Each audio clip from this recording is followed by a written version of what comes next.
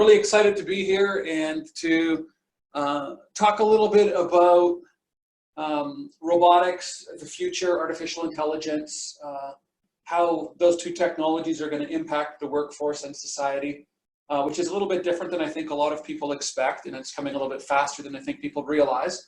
And then I'm going to talk about different ways that you can increase student engagement. I'll give you a little background on myself. I've been helping students learn robotics, teaching them and inspiring them to learn robotics for probably 6 or 7 years now. During that period of time, I've inspired 16,000 to 17,000 students to want to learn robotics. From across North America, from inner city Los Angeles to the prairies of Canada, down to Australia, New Zealand. The strategies I'm going to talk about a little bit later have worked across all demographics for boys and girls. So that's pretty exciting. And we've had really great success with it. I'm excited to tell you about that in a moment. The other thing that I spent a lot of time doing is flying around to conferences, helping educators understand that the impact that robotics and AI is going to have. And that's probably the most important thing that I do, because by sharing that information with educators, we can kind of multiply the impact. And I've spoken with about 20,000 educators across North America in the last 6 or 7 years. So I'm going to have some statistics later on about levels of engagement and stuff. That's where those stats come from, is through those conversations. So they're going to be pretty well vetted because there's a lot of input there. And I'll start by telling you, and I've taught hundreds of teachers to teach robotics, but what I'll start by telling you is I'm not a trained programmer and I'm not a trained roboticist. So the approach that we take when we're teaching it is a little bit different than what might be happening in your school or in your district. And I'll describe those differences later and some of the pluses that we have, and then some of the things that you guys might be doing differently and having great success with. But the first most important thing, I guess, to start out with is, from a timely perspective, looking at this through the lens of COVID, where we're at today. One of the things that's happening right now, and again, I talk to educators from all over, so this is kind of a national or an international view, but of course schools are closed in virtually all places, not all of them, but darn near. Different schools are having different levels of success with remote teaching. I've got a university student, a grade 12 student, and a grade 6 student that are my children. So I've kind of got a good view of what's happening at different levels of education in our locality. And one of the things that I think is happening is, like at the high school level with my son, he's in grade 12. So they're teaching, they've dropped all of the optional subjects, and he's getting biology and math education taught remotely, which is good. Those courses are important. He'll need those grades to get into universities. So that's the right thing to do. But I think one of the things that we're seeing as well is there's a lot of educators that are not currently teaching online right now that have spare time. And certainly that's that's giving full respect and understanding to the fact that when you have kids at home, that can be a challenge. But there's still typically, in a lot of cases, some extra resources there. And if you think about how many teachers there are across the US and Canada and around the world, we're talking about hundreds of millions of man hours every week. And so what I want to try and do is help educators understand what they can be doing during this period of school closures that will make a profound difference. And I think, and I go through this as well, I think some people right now are finding that, in one day they're doing great, and the next day they're really mentally foggy and challenging to move forward and stuff. And I think with a scenario like COVID, what happens is it's a very new thing, a very important thing, very real. There's a lot of fear associated with it. But what ends up happening with that is, I like to use an analogy of when we all first learned to drive, right? When you first learn to drive, you're looking right over the hood of your car at the road, and you're kind of ping-ponging your way down the freeway or down the community streets. But really, the right way to drive is to be looking in the distance. And what the interesting thing is, if you just close your eyes for a second and imagine driving, the difference between, if you're looking right over your hood, you're not seeing the long-term picture, and if you're looking down the road, you can still see if you're in the lane. You can see the red car beside you or the white van over here. So you can know what's happening right around you if you're focused on the distance. And I think what's happening right now is we're putting a lot of resources into, hey, COVID is bad, we have to do online teaching. Let's focus all of our energies on online teaching. And I want to propose an alternate view of this. I'm not saying that we shouldn't be doing online teaching. That's important. But I know what's happening is the quality of education, at least that my children are receiving, is a little bit reduced. And that's certainly not a comment on the teachers. It's just harder to learn online, and we're not used to teaching online and stuff.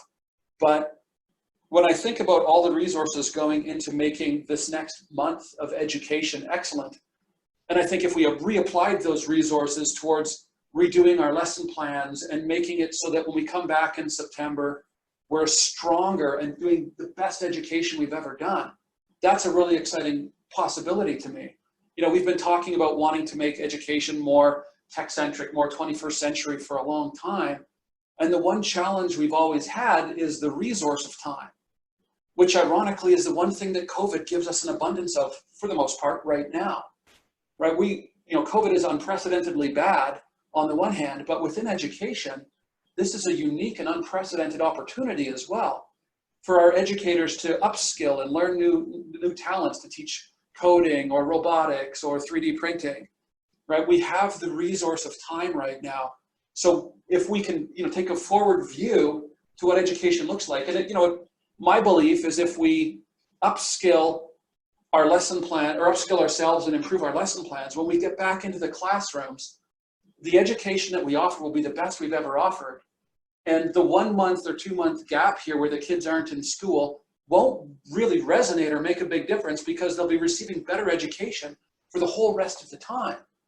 And I really think that will make a much larger difference. Now, if you're a teacher and you're teaching math or you're teaching one of the core subjects and you're doing online teaching, tip of the hat to you, kudos. I know that that's not easy right now, but while we're doing that, let's make sure we keep a long-term view, because in taking that long-term view, we have a chance to really revolutionize our education system and do some pretty incredible things. And when I think about that, and I think about what's coming with robotics and AI and the changes that are coming to the workforce, I think it's really important, if we're going to be looking and taking a long-term view down the road, we need to understand where we're navigating towards. What does the future look like? And so what I want to do is I want to talk a little bit about how robotics and AI are going to impact the workforce and society, because it's going to paint a very clear picture, and that picture is consistent with the slide that I saw that said all of our students must learn this, and that is definitely true. But a lot of times when we say all of our students must learn this, it's not really clear why. So I want to unpack that and paint a picture of what the workplace is going to look like in 5 to 7 years' time. And I'm going to make a statement that's a very bold statement, and then I'm going to back it up and show why I believe that's true. I believe that any student that doesn't have robotics literacy, understand AI, and have strong technical skills is going to have a hard time finding a job in 5 to 7 years. Now that's a very bold statement, and I'm also going to say that I don't believe that all of our students need to be coders or roboticists. But if you don't have those skills, the workplace is going to get very, very competitive for you. And I want to talk about why that is. So I'm going to run through a few industries, talk about how technology is going to impact those industries, and then we'll start to paint a cumulative picture of how society is going to change over the next few years. And I'm going to talk in terms of pre-COVID, and in some cases I'll sprinkle in some COVID and how COVID is going to impact these changes as well, because it's going to have a change on a lot of different aspects. So the first industry I love to talk about is transportation. When I started doing these presentations 6 or 7 years ago, and I'd say, who's here has heard of self-driving cars? Almost no hands would go up. Now, basically, we all have. But when I talk to educators about the impact that self-driving vehicles are going to have, on society, a lot of times I'll get answers like, we'll have elderly will be able to get around. True. Visually impaired will be able to get around. True. You'll be able to text while driving. Potentially true. Significant conversations around insurance implications. If my vehicle runs somebody down, is that my fault or is that my vehicle's fault? Who's responsible for that, right? So those are the implications that often get talked about. Reduced traffic congestion, improved fuel economy, those things as well. But the one thing that is often not thought about is the economic impact of self-driving vehicles. Because if we have fully autonomous vehicles, what happens to our bus drivers, our truck drivers, and our cab drivers? Those careers are scheduled for deletion. And I don't know if it's 3 years out, 5 years out, 7 years out, but I know it's faster than people think it's coming. And so I want to talk about those technologies and where they're at. The US Postal Service is testing self-driving trucks between Phoenix and Dallas.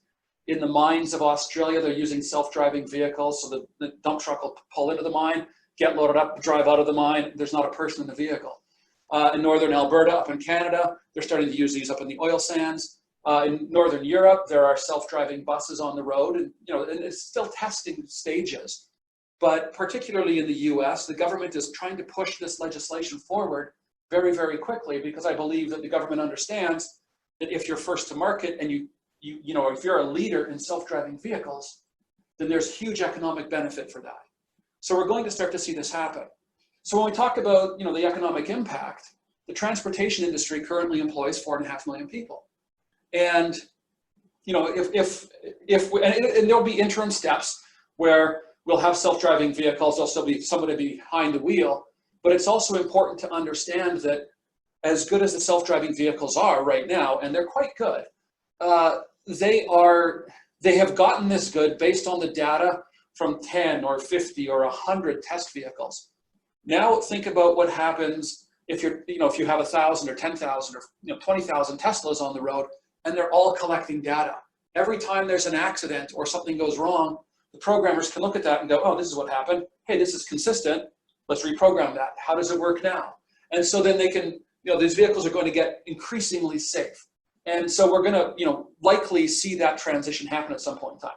So now let's think about, okay, now imagine if you're a truck driver and you've just lost your job, and this is not picking on truck drivers at all. That just happens to be where I start. If you're a truck driver, you've lost your job. Now, most of us as adults, we work hard during the day. We don't go home in the evening and go, I'm going to sharpen the axe and start preparing for a new career. So think about this. You're a truck driver. You come home on a Tuesday night and you're like, okay, lost my job. What can I do? What skills do I have that can allow me to work someplace else?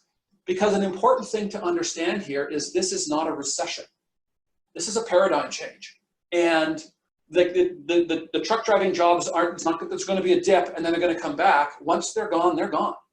And if you're a truck driver, you need to change careers. If you're a bus driver, you will need to change careers. Cab driver, same thing. And so those changes are coming. And once, if we think about, okay, a truck driver has lost his job or her job, what kind of skills does a truck driver have that would allow them to get other jobs? And the answer is going to be they don't have a lot of high-tech skills. I'm not sure if you guys are aware of what the forecasts are, but there are forecasts out there that show that in the next 10 years, up to 45% of jobs will be eliminated. Across the USA, that's 60 million people losing their employment, right? At the same time, there's going to be millions, tens of millions of new jobs. But the important thing to understand is the people losing their jobs do not have the skills needed for these new jobs, because the new jobs will be predominantly high-tech jobs, right? And so not all of them, but a significant portion. Another important stat to understand is that the World Economic Forum in 2018 released a study that said that by the year 2022, which is now just 2 years away, a minimum of 54% of adults are going to need significant retraining and upskilling in order to remain competitive in the workforce. A minimum of 54%, and we're now just 2 years away from when they forecast this was going to happen. And the vast majority of adults I know haven't done any significant reskilling, right? Maybe a tiny bit here and there, but we're going to see significant change, right? So right now we've been talking about the transportation industry, but it's important to understand that in every single industry, there's significant work happening behind the curtains to try to automate and to bring artificial intelligence in. And what's going to happen is all of these industries are marching forward at the same time. So what we're going to start to see over the next 4 or 5 years is those curtains are going to start to come up, right? And we're going to go like, this industry is going to change and that industry is going to change. And it's important to understand that when these changes happen, they're not going to happen slowly. They're going to swing like a hammer and change overnight. And so, you know, a nice transition from the truck driver, right? So, okay, what kind of jobs can he get? Well, if he doesn't have a high skill, then maybe he could go work in the hospitality sector, go work in restaurants, bars, coffee shops. But has anyone been in a McDonald's in the last 2 years, right? So that's touchscreen ordering now. And that industry is undergoing huge change at the same time. And when I started doing these a few years ago, and I used to talk about how touchscreen ordering was going to come in and robotic chefs and stuff, people were kind of like, I don't know. And now you can't go into a McDonald's without seeing it. And so here's what happens. They bring it in, they test it in a McDonald's. And if those tests prove that it is financially advantageous to have the touchscreen ordering, it goes across every store, right? Or every restaurant. Now, to think about the economic impact of what's happening in the McDonald's, at the restaurant near me, there used to be 4 to 5 people at the front counter every shift, 2 shifts a day. So that would be 8 to 10 people. And so let's say it's 9, but now they only need 2 people, 1 per shift. So that's a reduction of 7 people. Now, if you multiply a reduction of 7 people times 15,000 restaurants, we're talking about 105,000 jobs that no longer exist. And I don't know if that's exactly the right math, but it's probably in the right range. And so we're talking about 100,000 jobs that have disappeared from the market in the last 3 years. No headlines, no news stories, because it's not people being laid off, it's just opportunity that doesn't exist anymore, right? And as soon as we see one company start to make an impact, then we're gonna see other companies replicate. And we're seeing that now with touchscreen ordering. So Burger King has started to put it in. I believe it's Chick-fil-A also, Panera Breads. And so, what it's important to understand, again, this is gonna swing like a hammer. Once these curtains start going up, we're gonna see this. So what's gonna happen now is the restaurant industry is also contracting. And there's robotic chefs coming out and they know 2,000 recipes, and there's burger flipping robots coming to the McDonald's. And I apologize, I know this sounds very heavy right now. It's gonna get good. Like there's a lot of positive information coming shortly as well. I'm just trying to paint a picture of the changes that are coming, because it really points to the need for these changes in our education system. Anyway, a person that I work with has an expression I think is really awesome. He says that when I was a kid, my dad used to tell me, if you don't study hard in school, you'll be flipping burgers for a living. And now that doesn't even exist, right? So, and we have to understand that. So now, if we think about what's happening cumulatively so far, we've got, and I'm not saying that there's not going to be chefs in restaurants, but I will say this, there will be probably less chefs in restaurants. And the people that are chefs in the restaurants, if you're working beside a robot, if you understand what that robot is doing and you're not intimidated or afraid of that robot, you're advantaged, right? And we're going to see those types of things happen across all industries. So now looking at the workplace in general, transportation is going to contract. The restaurant industry, the hospitality industry is contracting. I was at the TCEA conference in Austin, Texas, a couple months ago, and usually in the lobby of conference centers, there's coffee shops and stuff. At this conference, there was a robotic coffee machine. It was about 20 feet long, 6 or 8 feet high, 6 feet deep, and the robotic barista, and it could get you pretty much anything you wanted. But again, that used to be 2 or 3 people that, or 4 people that would work that conference in that coffee shop. Now it's a robot, right? So those changes are happening again. So the hospitality sector cannot absorb the people from transportation, because the hospitality sector is also undergoing this change. So now you've got 2 industries that are large industries. What could absorb them? Okay, well, maybe retail. But does anybody know what's happening to brick and mortar retail, right? That was expected to contract at a rate that was 30% faster last year than in previous years. And COVID certainly is going to have a significant impact on our brick and mortar retail. And it's not that retail is not strong and healthy. It is, but now retail jobs are big data analysis, warehouse robots, supply chain management, drones, search engine optimization. Those are retail jobs now, right? A retail job is not pulling something across the scanner now. And we're also seeing a huge transition to self-checkouts. I was in, I think it was probably Austin, Texas again, trying to buy something at the Home Depot. And I always try to go to the people checkouts, or the checkouts manned by people. And I saw 3 people at customer service that had no customers. So I went up there and I said, can I check out with you? And they said, no, the checkouts are down there. And I'm like, Okay, I only see the machines down there. Do you have any checkouts with people that I can go to? And she was like, no, go use the self-checkout.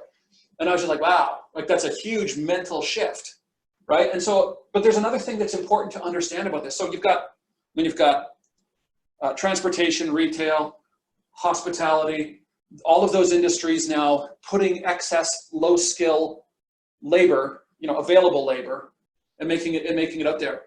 And then, but another important thing to understand is this is not just about the jobs that are going away and the new high-tech jobs. Remember the World Economic Forum said 54% of people are going to need upskilling. Now think about this. If you're a regional director for Lowe's hardware stores and you're going to hire a new store manager, are you hiring somebody that understands technology or doesn't understand technology? And a little bit of background information. Of course, you got the self-checkout. You're going to have warehouse robots. Lowe's has spent millions of dollars on a customer service robot, developing that. Once that proves out, if you spend millions of dollars on something, you don't put it in just one store. You put it in all your stores, right? And so once Lowe's does that and they have an advantage over Home Depot will put it in. Then Costco, then Walmart. And everybody has to follow suit. And from there, it will go into the stores and the malls, right? So these changes are coming. But if you're going to hire a new manager for your store, if you've got the customer service robot, the self-checkout, the robot stocking warehouse robots and stuff, it changes the flow of a store. It changes the potential of a store. And so you want somebody that understands that. Now that store manager does not have to be a roboticist or a coder, but they need to have that literacy, right? So even if you're going into something like retail and you happen to get a job in retail, you're going to have a pretty hard ceiling if you don't understand those technologies and if they intimidate you, right? So it's critically important to get the people that skill. A couple other examples I like in how robotics and AI and technology are reshaping careers. My favorite example is teachers. Teaching is not typically a high-tech career for most teachers. Obviously, for some teachers that are teaching coding or robotics and stuff, it is. But when we start to look at these changes that are coming, and we think about the kind of teachers that are going to get hired over the next 5 years, if you don't have the word robotics, coding, 3D printing on your resume is going to go to the bottom of the pile. Those are the teachers that are going to be in the most demand.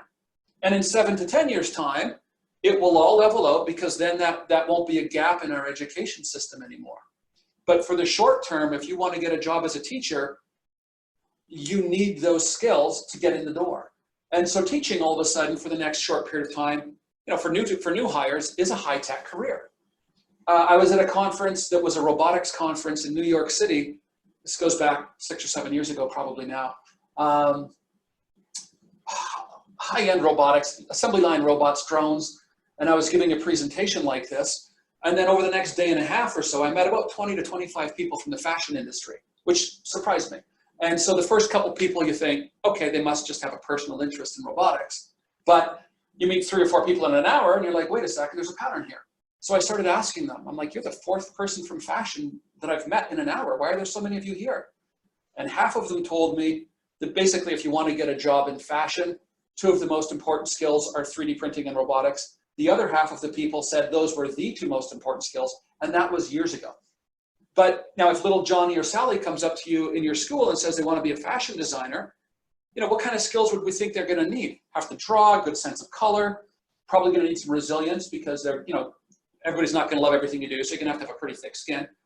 We don't think about technical skills, but if those are the 2 most important skills to get hired, we have to tell our aspiring fashion designers, you got to get down to the computer lab and the, and the maker space or the fabrication lab, and I'll put it to you this way. So imagine that this circle, again, now imagine you've got a fashion company and you're going to hire a new fashion designer. And if this circle represents all the crazy fashion that has ever been created in the world, if you add 3D printing and robotics, what you can do gets bigger. And so, if you're going to hire one person, do you hire the person that gives you this potential or that potential? And as soon as these people become available, these people stop getting work. And it's the same type of thing we're going to see in teaching. And that's why that upskilling is so critical. And that's, one of the, I hate to use the word blessings and COVID in the same sentence, but that's one of the blessings that we have right now. Across society, the government is supporting people who are out of work or who don't have work, and educators, some educators fall into that category. This is a chance for us to reinvent how we teach, how we think of education, right? And it's not just about robotics or coding. If you're teaching social studies, here's a great example. I love talking to the kids about this and about morals and stuff. And in the way we teach robotics, we include the morals and ethics and stuff. So I love asking kids this question. If I got my hand amputated, or if you guys got your hand amputated, and there was a potential to get a robotic hand that you can control with your brain, which exists today. It's not like Star Wars yet, but you can get some basic movement out of it, and you can tell if your hand has hit things and stuff. So, and it's advancing. But if I could get a robotic hand and have functionality in that hand, would you all agree that that is a good thing? And pretty much across the board, everybody says, yeah, get the robotic hand. That's super awesome. And then I say, okay, well, what if I got my arm amputated at the elbow? Right? Would that still be good for me to have a robotic forearm and hand? And they say yes. And then I say, well, what if I've got hydraulics in my arm and it's 50 times stronger than your arms? Is that still a good thing? And then the people start to get question marks. And then I say, well, what if I like my hydraulic robotic arm and I decide to have my other arm amputated so it's 50 times stronger as well? And at that point in time, everyone's like, no. And I'm like, well, how did we get from here over to there? Right? So we're starting to see real potential for cross-curricular education about these things and tying in what's happening. Certainly with COVID, in social studies, there's massive tie-ins and stuff. But we are in the midst of the largest workforce and societal transition in the history of mankind. This is all about social studies. I did an interview with a writer out of Australia a few years back, and he said to me, we talked about the way that we teach robotics, and he's like, could your humanoid robot, could it act opposite a person? Or sorry, the first question was, could it recite a soliloquy? And I said, sure. And I explained how that would happen. And then he said, okay, well, could you act opposite that in a scene? And I explained, sure, and how that could happen with speech recognition and stuff. He said, could two robots act opposite each other? And I said, sure. And I'm like, you're asking some very specific questions.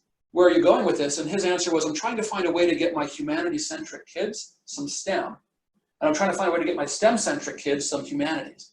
And I'm like, that's awesome. And that's exactly how we should be teaching it.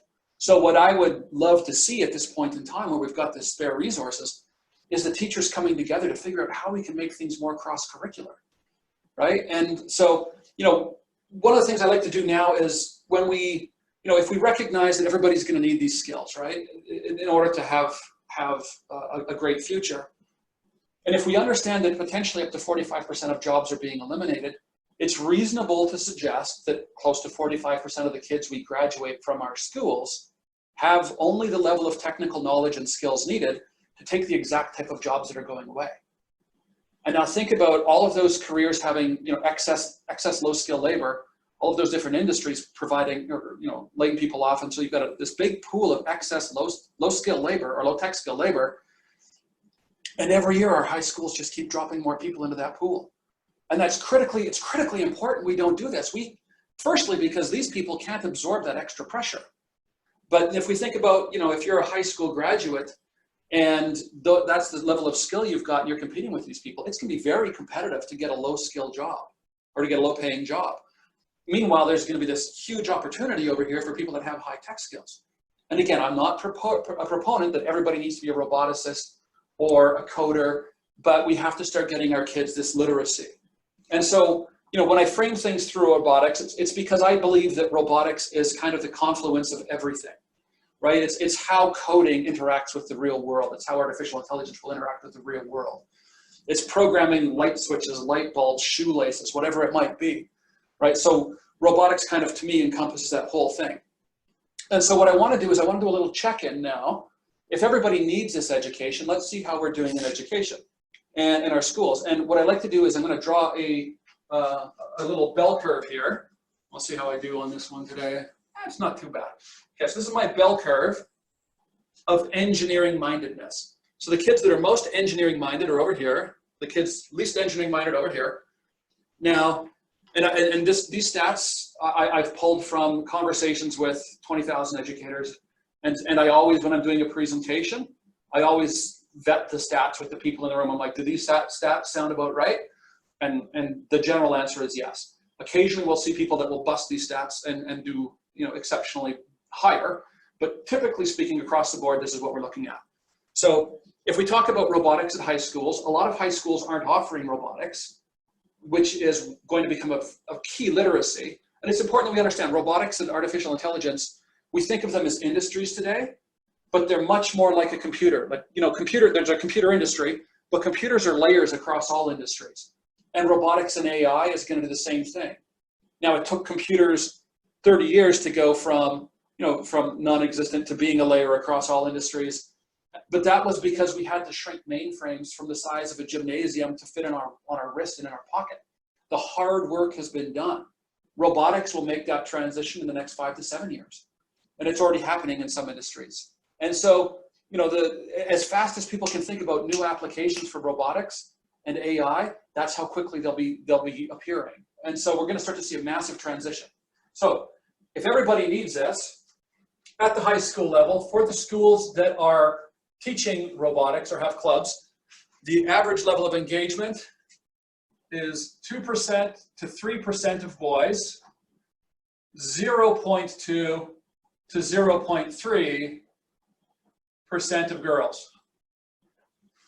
Put those numbers into perspective. If you have if you've got a school of 2,000 kids at the high school level, and you've got a robotics club, you've probably got, you know, you've got 1,000 boys, so you got 20 to 30 boys, and you got 1,000 girls, you got 2 or 3 girls. On average, that's the number.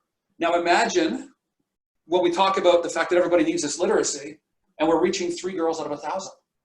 That's a huge problem, right? So let's look at how we're doing at the middle school level. At the middle school level, we're typically hitting 5% of girls, 15% of boys. These numbers will vary up and down depending on what the product is and depending on how many options there are for the kids to take. But it's in the 5 to 15% range. Now again, everybody needs this, 5 to 15%. At the elementary level, we typically see kids are really excited about learning everything. So the engagement levels are significantly higher. That tells us a few things. Thing number one, we need to be teaching robotics in elementary. But the other thing that we have to be mindful of is the kids that are going to be in the most trouble right now are the ones that are middle school and early high school. Because by the time they graduate in 4 or 5 or 6 years, they're graduating into a workplace that doesn't look anything like what it looks like now. And if they're not getting this education, they're going to be so significantly disadvantaged. So when I started teaching robotics, I don't approach it from an engineering perspective because I'm not engineering minded that way. You know, I got great grades in math and science when I was in high school, but I'm just not inspired that way. So when I was starting to teach kids robotics and starting to get into this a little bit, I was trying to do it in a way that was super, super inspiring for kids and that appealed to kids that were not necessarily just at the right end of this curve. And the results that we've had have been incredible. I've demonstrated robotics personally to more than 16,000 kids, probably over 17,000 at this point. And from inner city LA again to prairies of Canada, across down to Australia and stuff, broad spectrum of kids, and the results are very consistent. At the high school level, we get 25 to 50% of kids to want to learn robotics.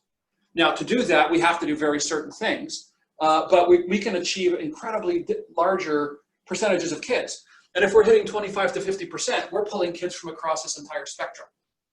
And so getting 50 involves the school taking a very proactive approach. 25% we can get fairly easily without a massive effort by the schools. But every school can do this. Imagine if you're a principal or a superintendent or a curriculum director or whatever, and one of your goals is to try to get more girls involved in STEM. We can instantly get up to 250 to 500 girls out of 1,000 wanting to learn robotics. And we do that a very specific way. At the middle school, we get 90%. And that is a really awesome number because that is most people getting the skills they need to get these new world jobs, right? And so that they're not putting pressure on this. And they're also creating new opportunity for the people that have lost their employment. And so the way that we get, and at the elementary level, we get about 98%. But these are noticeably different numbers. And it's because of how we're teaching it. And so I'm just going to really quickly show you with this guy. This is the guy that I always demonstrate with. and you're going to notice he looks like a cute little toy.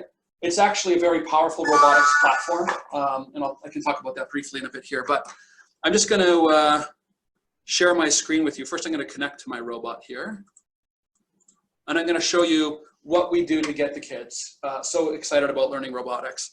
And I do virtually the same presentation if I'm talking to 4th graders. We use this product down to 4th grade, all the way up through university, and the bulk of the presentation is the same. Okay, so I've got that turned on here. I'm just going to share my screen and bring up my software here, connect to my robot, and hopefully he'll behave well. He's connected with Wi-Fi, and then we've got this computer running the webinar as well. But the big thing I do is if I go into a school, I try to talk to about 60 kids at a time. I don't want a huge crowd, because if I get a huge crowd, I can get noise and confusion and stuff. So if I keep it with 60 kids, that's a nice size for this size of a robot. And I'll talk about the future and what's coming for about 5 minutes. The robot's standing there beside me the whole time. I talk about the inspiring and cool ways that robotics is going to change the world.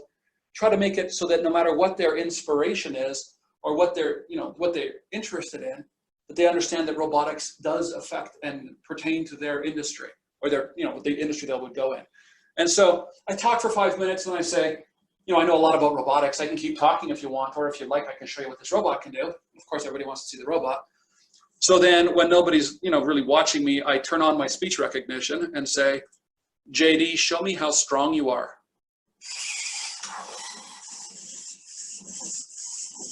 And now when I do this, I'll typically hear all the kids, you hear the sound of all the desks moving at the same time, because now I know I really got their attention. And so I'll just run through a few different verbal commands. JD, what else can you do? And what I tell the kids, and I'll tell you, I'm not a programmer, but I programmed the robot to do this in about 20 minutes. And if I could do that, man, any 5th grader could do that in 20 minutes as well, once they understand how to do it. Then I say to the kids, I ask if it's anybody's birthday, and if it is, I get them up. And I'll do this. JD, can you sing happy birthday? JD, can you sing happy birthday? Happy birthday to you. Happy birthday to you. Happy birthday, dear human. Happy birthday to you. And many more. Now that was programmed by an 8-year-old. And that's the 8-year-old's voice coming out the robot. And then I'll do one more here. I'll ask the robot, JD, are you a bird? JD, are you a bird?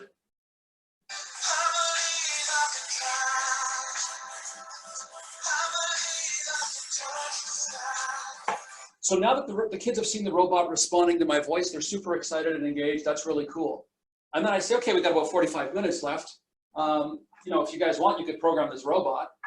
Can I get a volunteer? And I'll get the kids up to volunteer. The high school kids are a little bit tougher, but I'll get the kids up to volunteer.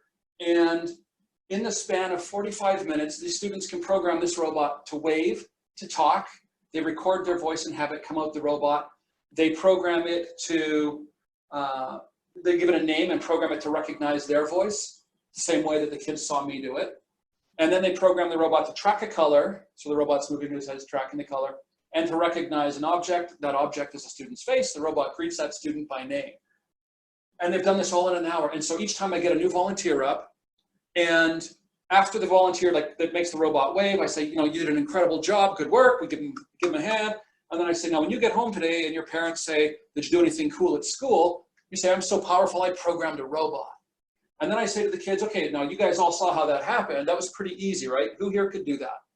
And this is an important step, because the reason that kids mostly don't want to learn robotics is they're not interested in, if they're not engineering minded. Some kids love engineering. And if they're engineering minded, that's awesome. But if they're not engineering minded, that we have to give it to them in a different wrapper. So this wrapper appeals to the kids, but they still won't take it unless they have confidence. So it's important that as I go through this, I build their confidence with each question. So I'm like, okay, who could do this? All the kids put their hand up. Okay, we programmed the robot to respond to our voice. Who could have done that? So all the way through, the kids are acknowledging they could do that. And then at the end of the presentation, I'll show them a video, and I just want to share that video with you. Let's go full screen with this. me? Yes, miss. What can I get for you? White wine, please. Coming right up, miss. Now this robot is very intimidating for some people because they're like, we've gone too far. Your day, miss. Pretty good, thanks. Busy, lots of meetings. I'm gonna let this keep playing, but I'm gonna mute it and talk over it. And so you can see that she's having a conversation with this robot, and this is an in-move robot. It's 3D printed. It would cost about $3,000 if a school wanted to build one. This particular in-move is being controlled with the exact same hardware and software as our little humanoid robot that was on the table. And so when the kids are, when we get to this point, I tell the kids, watch the robot's hand, watch the dexterity the robot has. And a lot of times people are like, oh my God, like some teachers have to shield their face. Some of the kids are like shielding their face, like it's incomprehensible to them. But then I'll do something that I think is so awesome. I'm just gonna kill the video here, get back to regular screen. Okay, what I do is I say, okay, you all said that you could program this robot, who could program that robot? And at the high school level, maybe 1 or 2 kids for a presentation, mostly nobody. Middle school level, maybe 3 or 4 kids, mostly nobody. Elementary, lots of kids think they can because elementary kids are awesome and powerful, but everybody thinks they can't do that. So what I tell them is the robot in that video uses the exact same hardware and software as this little guy. It's not that it's kind of related, it's identically related. It's the exact same thing. Everybody who can program this can program that big one. And what I love most about this process is when we do that, we get the kids all understanding that their future could be technologically based, right? And imagine what happens if you have a classroom of 5th graders or 7th graders or 9th graders that understand they can do that. How does that change the type of lessons that they take in the future, right? How does it change the courses that they take in high school? How does it change the type of careers they think they might go into? So we're teaching robotics and coding, but most importantly, what we're doing is we're helping kids, we're changing the way they view themselves. And that's so powerful, and it impacts every subject area because now the kids are confident. And if you think you could do that, you know that you could do pretty much anything. So, I can see that I've got some chats going there, so I'm probably getting a little bit lean on time. I've got a couple minutes left. So what I want to do is just really quickly talk about, if you're a teacher and you're teaching robotics and you're getting these kids down here, I absolutely want to stress, awesome job, keep doing what you're doing. That's fantastic, keep going, right? What we're doing at the high school level with First Robotics and VEX and stuff like that, those are great programs, but they're, and it's important that we build these kids up and make them as awesome as they can be. But when we look at this from a societal perspective, these kids were already going to go off to be engineers and have spectacular futures. If we think about from a system perspective, where's the pain point in society going to come from?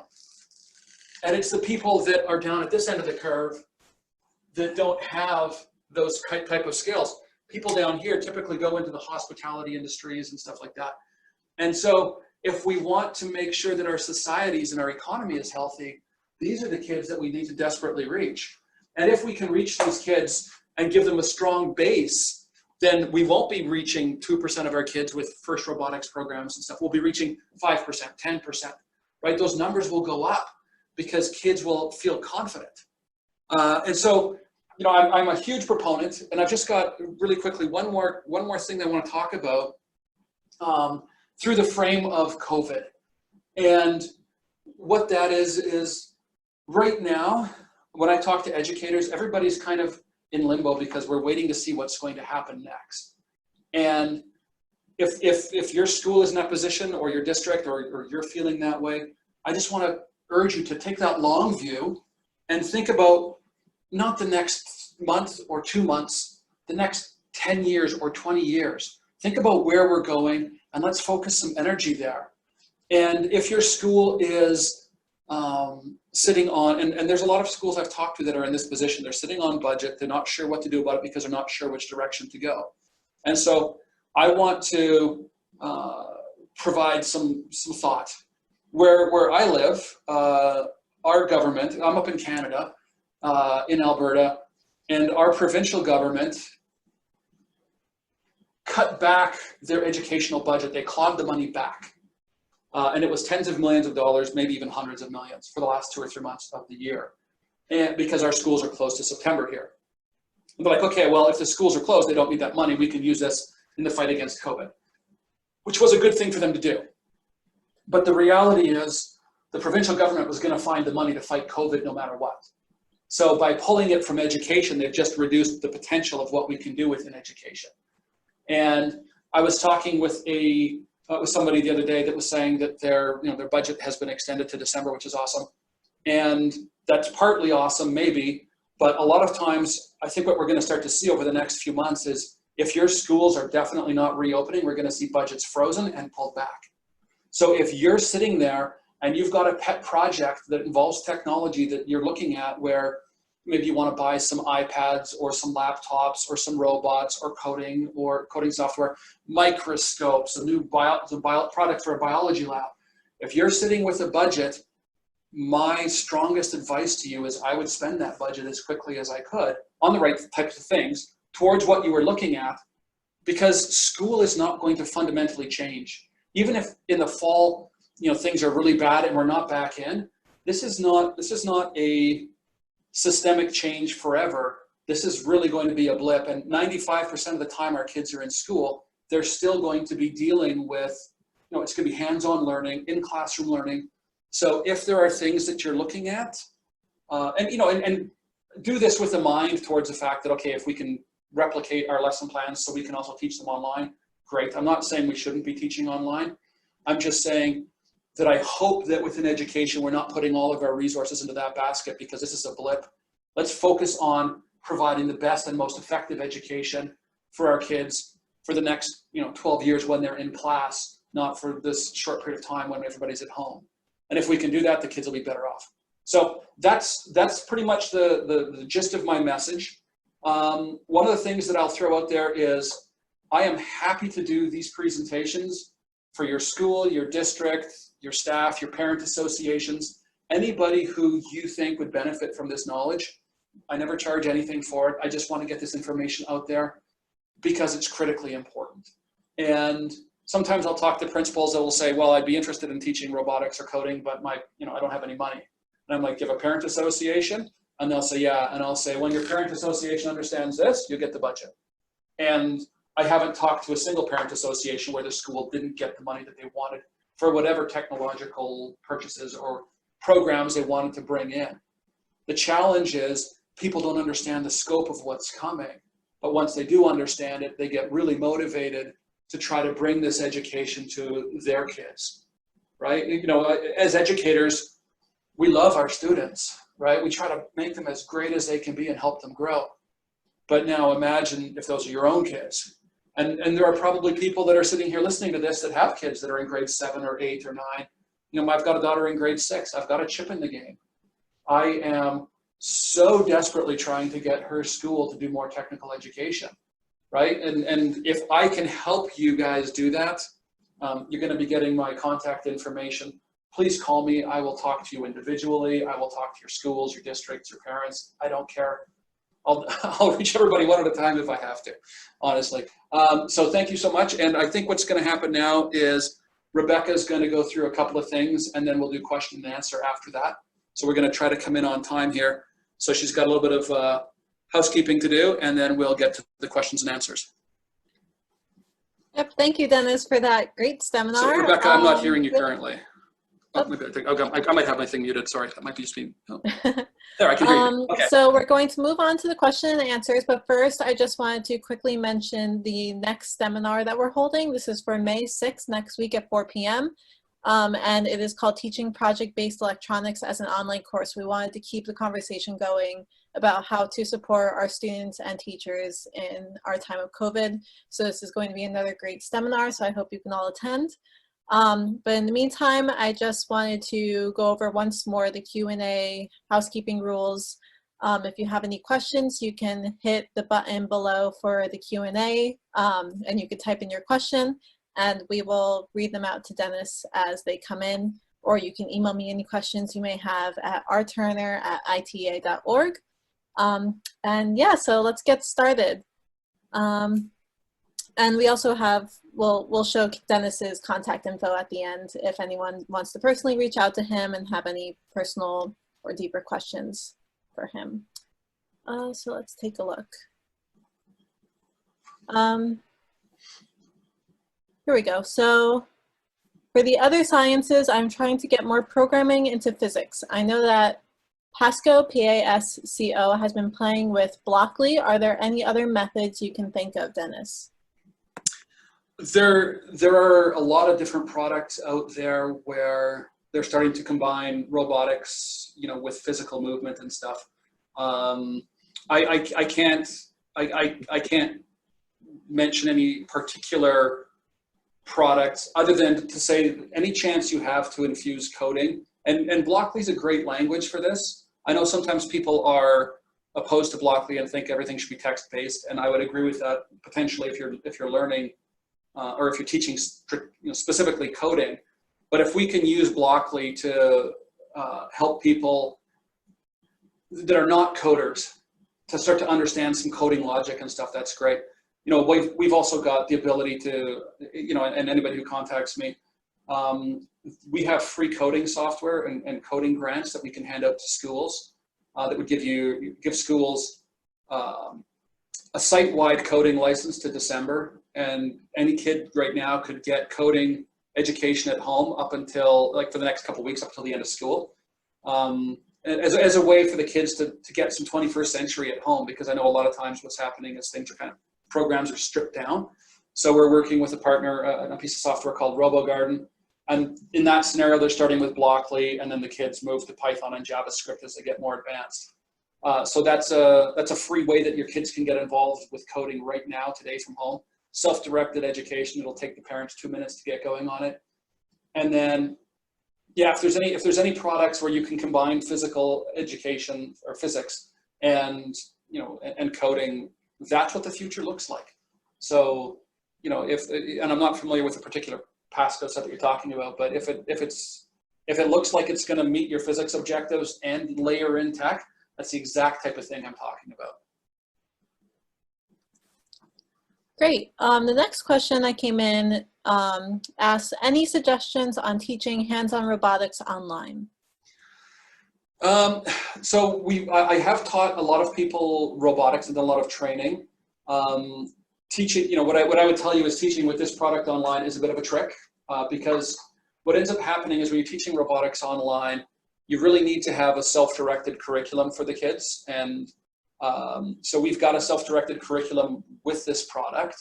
But when I do, the best analogy for me is when I try to do training. If I'm training 20 teachers at the same time, what's inevitably going to happen is, you know, one teacher is going to struggle with everything, right? Whether it's easy or not, they just, you know, how we all kind of just sometimes tune out for a couple of seconds and they're like, oh, I missed that, right? If you've got a whole classroom of people trying to learn technology, you kind of hit that. In a classroom setting, you can do that, like you can navigate through that and pass it. But in an online setting, that can become increasingly challenging because you're paralyzing everybody else from moving forward. So the one thing I would say is a self-directed curriculum would be important. You know, robotics education is so critical. If the kids can have their hands on robots while they're doing it, that's great. And I would suggest the thing to do would be to have a session where you talk about robotics, you kind of demonstrate things, and then the kids can go off and do things and then, you know, hit you through the chat if they're having difficulties. That would be my recommendation. Alrighty, so the next question we have that came in asks, are there any other robots that you recommend? Again, how much did you say that robot costs? Okay, so this robot here is $550 US. It's a modular platform. The nice thing about it is we use it for grades 4 up through university. When I'm talking to schools about robotics, now I think that hitting these people is important. But with a lot of the other products, if you're only hitting, you know, 5% or 2% or 15%, to me that's missing the larger, more important implication. So I love this guy for grades 4 up, and that's honestly the only one that I really recommend for grades 4 up, just because we can hit such a huge percentage. Anybody as well that is interested in getting, you know, specifically seeing the full presentation that I do for the kids, I'm happy to show you how we teach it, what we teach. Now, other products that are good, in the K to 4 range, there's a lot of different products that are really good. You know, that have different things. Dash is very engaging for kids. I love Qubits because people are physically manipulating the product. Sphero is fun and easy for people. Ozobot's the same thing. So people, you know, there's different products depending on what grades specifically you're looking at doing. And, you know, if you guys want to contact me, I'm happy to walk through your exact scenario and I can tell you what products I think would be great. You know, the Lego We-Dos and stuff would be good for the young kids as well because they're physically manipulating. And I love the idea, like, I love Dash's engagement, but I love Qublet's physical aspects, right? Where the kids are putting it together and stuff because they're starting to think about physical innovation as well as coding structure. So you're hitting kind of 2 birds with 1 stone. So those are the products that I love down at the lower grades. Great. Next we have a question or Q&A. Almost all of my students come from low socioeconomic status backgrounds and struggle to see themselves doing things other than landscaping or low-skilled labor because of a lack of representation. How can I help them understand these trends and see themselves in tech fields? So this goes back to what I was suggesting with the way that we get kids engaged. Now the first thing is I always want to deal with when I'm doing a presentation in a school. I want to keep my group size down to 60 or 70 kids because I'm trying to help them stay focused on what's here. And you know, if I've got 400 kids, there's going to be kids at the back with their phones out giggling and stuff like that. And what I'm trying to do is affect a culture change. So if I've got 60 or 70 kids in a class at one time and we show them this and everybody leaves and they're buzzing, and they always are, then they go out and that's a strong pocket. But if I've got 400 kids and 2 kids or 10 kids that, you know, are the wisecrackers, don't get engaged with it, then they dismiss it on the playground or, you know, at lunchtime, and then everybody else kind of feels like maybe it's not right for them. When I've done these presentations in schools, and I do 5 or 6 presentations in a school within a day, if I talk to the teachers, you know, a day or 2 later, they'll be like, you've completely changed the culture of the school. Everybody is buzzing about robotics and coding. You know, and when you talk about low socioeconomic backgrounds, they will be successful too. The important thing is to let them know they can be successful. So I think back to the inner city LA presentation I did, middle school, and I had 60 or 70 kids saying like everything I've just talked about. At the beginning of the presentation, I said, okay, who here thinks you might work with robots in the future? I think like 2 hands went up, certainly not many. And then we ran through the presentation, and when I had the kids up to volunteer, and initially the kids were a little bit afraid to volunteer. And so I was like, you know, man, feel free. Like, you know, who here wants to drive a nice car when you get older? You know, this is your chance, right? Taking these kind of risks is going to help you be successful. And I've done this with hundreds of students. Everybody is successful, or thousands of students now. So anyways, they would come up, and when they were typing, it was like this. They were like, and it was really obvious to me that they had had almost no exposure to keyboards, right? And so at the end of that presentation, I said, who here wants to learn robotics? And I still got 75%, a little bit lower than my 90, but that was with a group of kids that, you know, had fear about computers, let alone about robotics.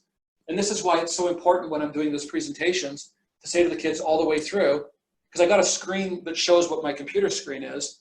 And as the student is doing it, I'm pointing to the screen going, okay, we're going to do this, see what he's doing over here. So everybody's like, okay, I could do that, I could do that. It's so important at the end to say, who here could have done that, right? As we move through, so that they're all acknowledging they could do it all the way through. So they're admitting it to themselves. And then a big part of it as well is when I show the life-size humanoid at the end of my presentation, they're getting an understanding that they could do that.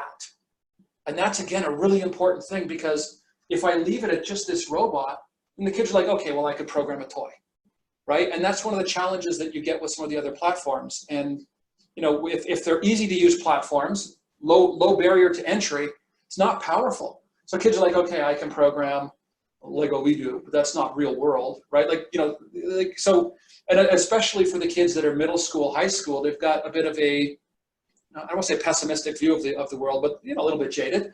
And so it's so critically important to let them know that they can do it. Make them admit it to themselves, because they all can. I've never taught a student that they couldn't learn this, not one. All right, our next question is, how can you start learning robotics as a beginner? So then, this is an important thing.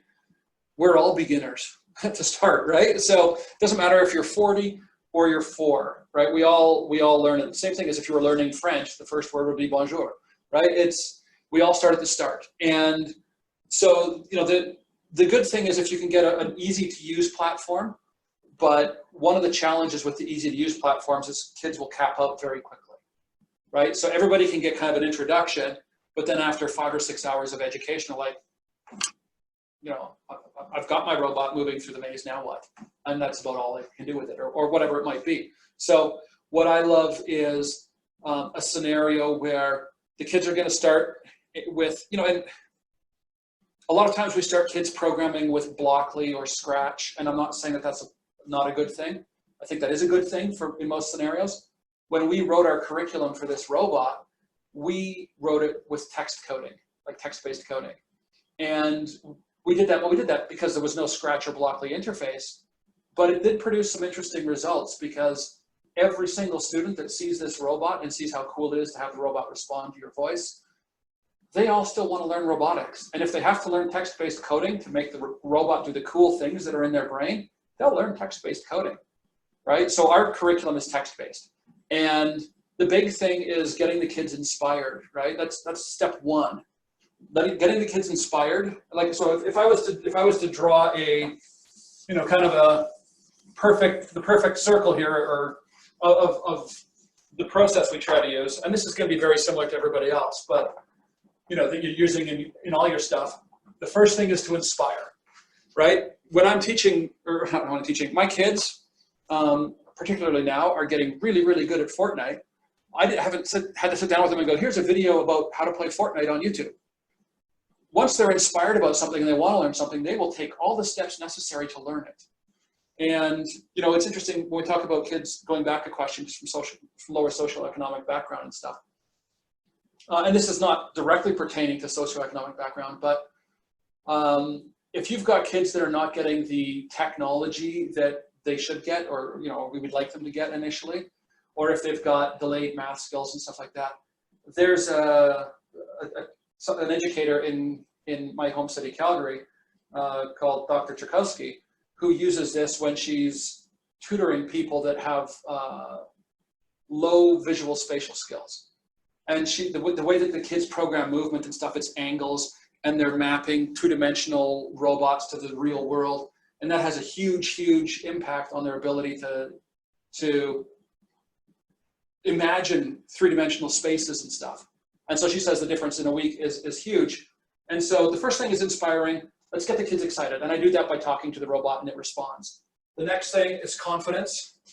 And that's just where that comment came in about Dr. Tchaikovsky, is the inspiration. Like if we can inspire kids and give them confidence, they will want to learn, all of them. And then when they learn, they get new inspiration, right? So when kids start, like I've been doing this for a few years, and initially when I would show kids the robot, like after they would see it do the headstand and stuff, everybody would be like, can he dance Gangnam Style? And I'm like, he can if you program him to. I haven't programmed that, but you guys could. And then he's like, can he, now then can he dab? Can he dance? Can he do the floss? Right? So it's always whatever is in the public mind, but that's what they want the robot to do. And I kind of skipped over something that is a really important step when I'm getting the kids engaged. And this is for robotics for beginner, like this inspiration part is so key. When I've got the student up and they're programming the robot to respond to their voice, they have to name the robot and they have to give it a verbal command. It's the toughest job because they don't want to give it a bad name and get taunted by their classmates. So what I do is they're sitting there, and sometimes they've got a great name right in their tip of their brain, but a lot of times they don't. So I just say to the class, if any of you have a good name for this robot, if this was your robot, what would you call it? Blurt it out. Go ahead, blurt it out. And some of my favorite names are Swagbot, Johnny Drama, but all the kids are blurting these names out, but only one name gets chosen. And then every other kid that's out there is going, oh, I totally would have called that Swagbot, and he would have been the coolest robot in the world, and I would have made him dance the floss. And so we've given that student that inspiration. Now, at the end of the class, if I say, who wants to learn robotics? They're not sitting there going like, I can't wait to learn engineering. No, they want to make Swagbot do the floss. Okay, well, to do that, you're going to have to move servos. How does a servo move? That involves angles. So there's all this engineering and physics and math that we can teach them to make the robot do the floss. So always start with the inspiration. Building the confidence is so critically important. And this is across all students, all grades. If you can get them there, you're going to have success. And I've done presentations in schools with teachers, and at the end of it, like, so if I'm talking to high school kids to try to get that 25 to 50%, I do bring a lot of, here's what the world is going to look like in 5 years. This is serious. You better get, serious about your education. I do give them kind of that heavier, information that I've given you guys. Middle school, I never go there. Elementary, I never go there. The kids don't need that pressure. At the high school, they do, right? Because they need to know that this matters right now, and it's important, because all the kids in high school, they're not inspired, part one, towards robotics, but the vast majority lack the confidence. So I have to let them know what's coming, and then we get them up. And I've talked to teachers after my presentation, and they say to me things like, I have gone through the exact type of presentation that you did for the first half to try to get my kids excited about learning robotics, and it doesn't work, it backfires. They get overwhelmed and they don't want to move forward. But that's not the result that you had. And I think that's because the second half of my presentation, I've got the kids coming up and programming the robot, and we're building this confidence. We're helping them to understand. So that's so critically important. No matter what product you're starting with, get the kids feeling confident. And I love this because they all admit that they can program this, and then I show them the real world robot. And it's not that it's, you could do this one day. I'm like, okay, let's look at what that robot's doing. It's talking. Did you guys program your robot to talk? Okay, you all said you could do that. So you all could do that with this big humanoid robot. Did you program your robot to move servos? You did. Okay, so you could all do that. Now he's listening. Did you program your robot to listen? You did. Okay, so you could all do that. In the first 45 minutes, having never done robotics before, all of you have told me you could do 75% of what you see in this video. The confidence part is so critically important. That was a really long answer. I apologize. Thanks, Dennis. Our next question asks, do you know of any online robotics simulation that interfaces with a coding software that would work for distance learning when it is not possible for students to get their hands on an actual robotics hardware system? Yes, and okay, so there's two of them. And the name of the first one eludes me, but if you email me, I'll get it for you, because they email me regularly and say, hey, we'd love you to promote this, and I just can't think of the name of it right now. Second one is Robogarden, and I talked a little bit about how you can get that for free for your kids right now and get it for free through a grant till December for all the kids in your school. And what they do is they've got a grid, and you're moving your robot. It looks kind of like a chessboard. You're moving your robot around, but they're teaching coding through the framework of robotics. So it's like, you have to go over to this moon rock, take a temperature reading, and if it's this amount, do this, and if it's that amount, do this, and if it's this amount, do that. And so the kids are learning coding through a robotics lens. Well, and there's a lot of STEM in there as well. So what Robogarden will say is the kids are learning STEM through a coding lens, but it's taught from a robotics perspective. And with that software, it is about 300 hours of coding education, so super robust. And the software was created by a company that needed their own in-house programmers to be better. So they created a training system that would give them the real world skills that they obviously needed. And then once they had that system down and tested, then they put it into a nice candy wrapper for kids and made it so that you could learn. You start with Blockly, and it's gamified learning, self-directed, so the teacher doesn't have to be a coding expert. And that's a really important part. One of the challenges that we face with robotics and coding is if we want all of our kids to get this education, but we don't have a bunch of teachers that can do it, that can be a challenge. Now, from that perspective, anybody that wants free training, I'll give you free training at this point in time. I'm happy to. You know, we do it all day long, and whatever we can do, again, to get more kids this education. So I would for sure suggest contact me about Robogarden, and I'll get you the grant information. And the nice thing is the kids can get that for free. The grant, I said, goes to December. I don't know the exact pricing off the top of my head, but following the grant expiring in December, I believe the cost is for a school-wide license between $1 and about $2 per student, depending on how many kids you have.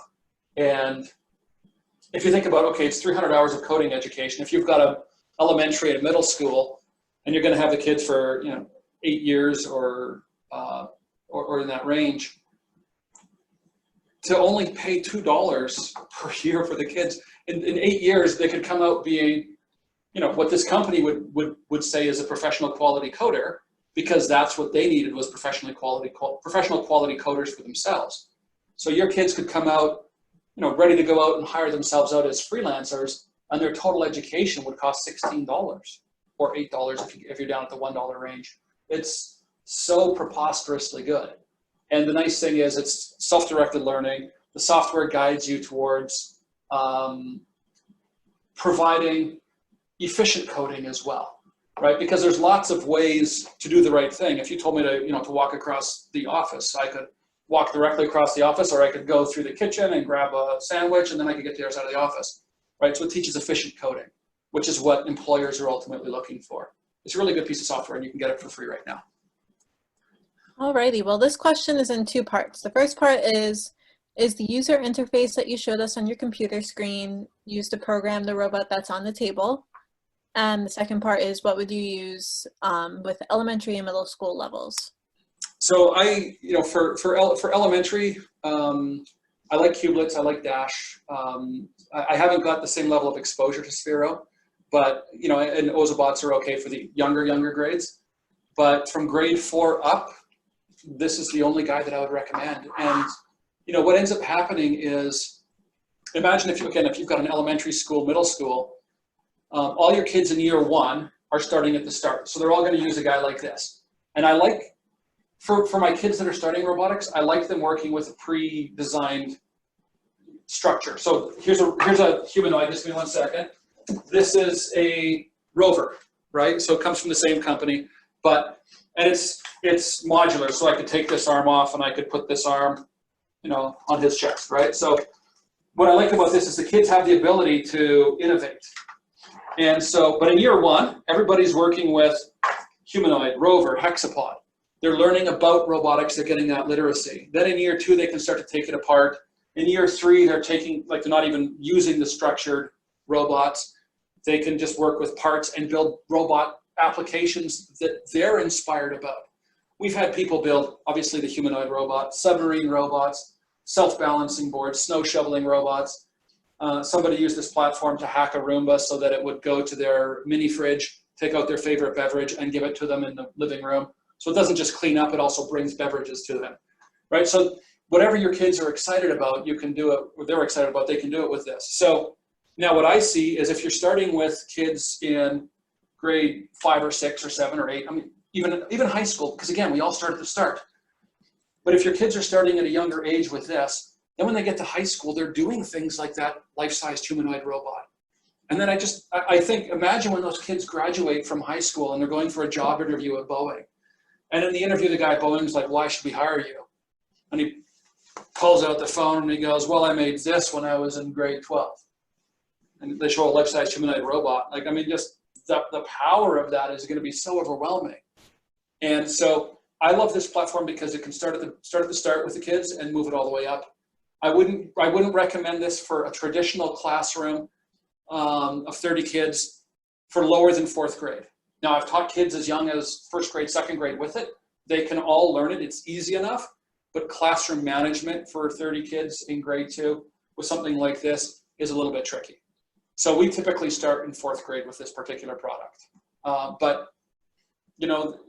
if I've got the opportunity for kids to work with a real world robotics platform versus something where they cap out, that's what I want. And I haven't been able to confirm this, but I'm told that NASA uses this platform for rapid prototyping. And if I could have fourth graders using the same platform as NASA, that's awesome.